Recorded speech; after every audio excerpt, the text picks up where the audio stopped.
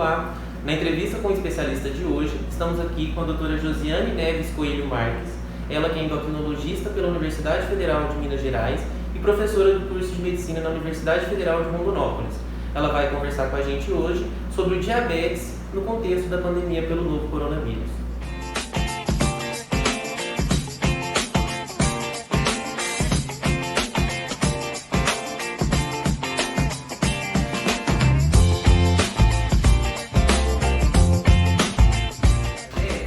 Como o diabetes atua como um fator de risco para a Covid-19?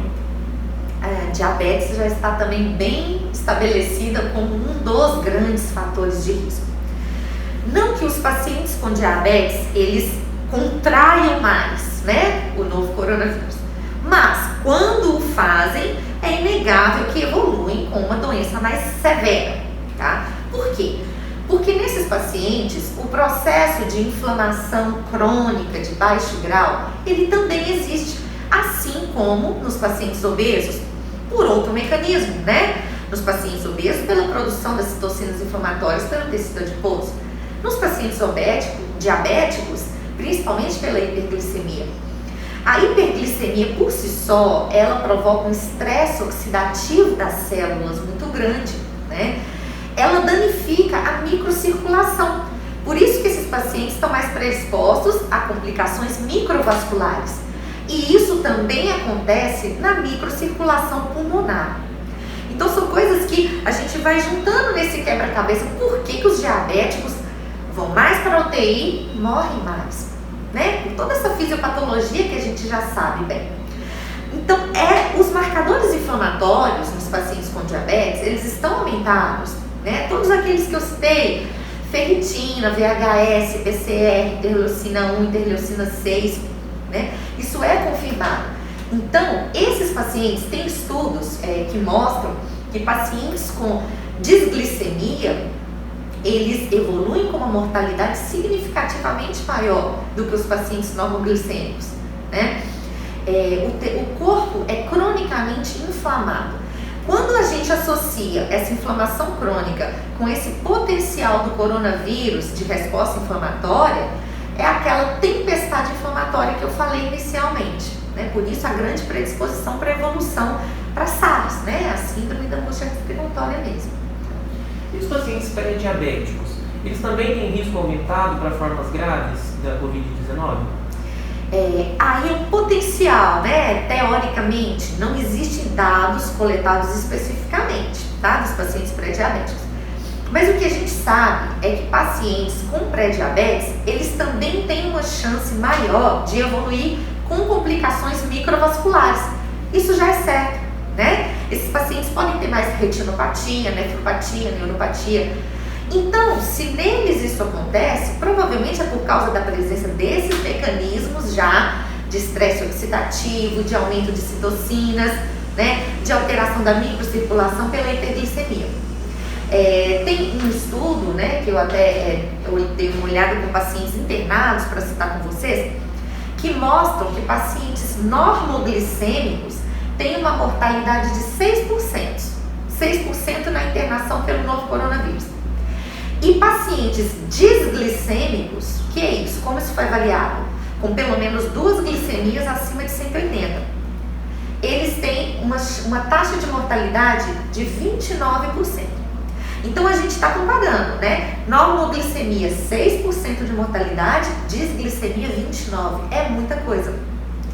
E esses desglicêmicos não necessariamente têm diagnóstico de diabetes. Por quê, As nossas medidas aí, 2 acima de 180, não diagnosticam diabetes ainda. Muitas vezes são pacientes que eram pré-diabéticos antes, ou às vezes eram normoglicêmicos e na internação tiveram uma elevação de glicemia. Daí a importância de controle da glicemia na internação, independente de ser diabético ou não. Certo. Então, qual a importância em manter o controle glicêmico adequado nessa época de pandemia? A importância vai desde antes da internação por um eventual coronavírus, Muitos não pegarão essa infecção, mas para isso eles têm que se manter afastados, do risco. Então a grande importância é ser mais rigoroso no uso das medicações em domicílio e na monitorização glicêmica, né, que é a medida da glicemia mesmo, nos exames laboratoriais, na consulta, né, de rotina. Para quê? Para evitar descompensação do diabetes e necessidade de procura de pronto atendimentos, de UPAs, até de internações hospitalares por outras causas, tá? O bom controle do diabetes diminui qualquer tipo de infecção, infecções de peles, infecções do trato geniturinário e infecções respiratórias. Então, um diabetes bem controlado está automaticamente associado, né, a uma resposta inflamatória do organismo mais equilibrada e uma chance menor, eventualmente, de contrair qualquer tipo de infecção, né? Melhora a imunidade e, eventualmente, se tiverem a fatalidade de serem contaminados e internados pelo novo coronavírus, a severidade dessa evolução vai ser muito menos significativa quanto maior o bom controle glicêmico. E a infecção pelo novo coronavírus, ela pode modificar ou alterar de alguma forma o metabolismo dos carboidratos, levando a uma descompensação do diabetes? Sim. Qualquer infecção, qualquer processo infeccioso pode descontrolar um diabetes que a princípio estava bem equilibrado. Então é muito comum o paciente adquirir um processo de IVAs ou uma infecção urinária, ou qualquer infecção que seja, a gente tem que fazer um ajuste de medicações, um ajuste de insulinas, ele passar transitoriamente por alguns dias de um pouco de descontrole. Então isso acontece, né? Mas eventualmente falar que por causa dessa infecção pelo novo coronavírus modificou o curso, né, do diabetes ou eventualmente adquiriu, isso a gente não pode falar. Até existem alguns estudos de outra cepa de coronavírus mais antiga, datado de 2002, que associou ao surgimento de alguns quadros de diabetes. Mas isso a gente não pode transportar agora para esse novo coronavírus. Doutora, sabemos que o SARS-CoV-2, ao infectar o organismo, ele infecta por meio da enzima conversora de angiotensina 2, né, a ECA2. E estudos mostram que alguns medicamentos aumentam a expressão dessa enzima, como por exemplo os IECA e os DRAX são amplamente utilizados para o controle pressórico em pacientes de nefropatia diabética, além de algumas classes de hipoglicemiantes orais. Também ainda é controverso o uso de anti-inflamatórios não esteroides, como por exemplo o AS, que é muito utilizado em pacientes diabéticos com risco cardiovascular aumentado. Como proceder com os pacientes que usam esses medicamentos? Olha, realmente, né, a enzima ECA2, né, uma proteína de membrana, ela é muito mais expressa nos pulmões, né, que é onde realmente tem essa ação do coronavírus, e a ECA, que é muito parecida, ela atua mais nessa parte de controle cardiovascular, né, pressórico.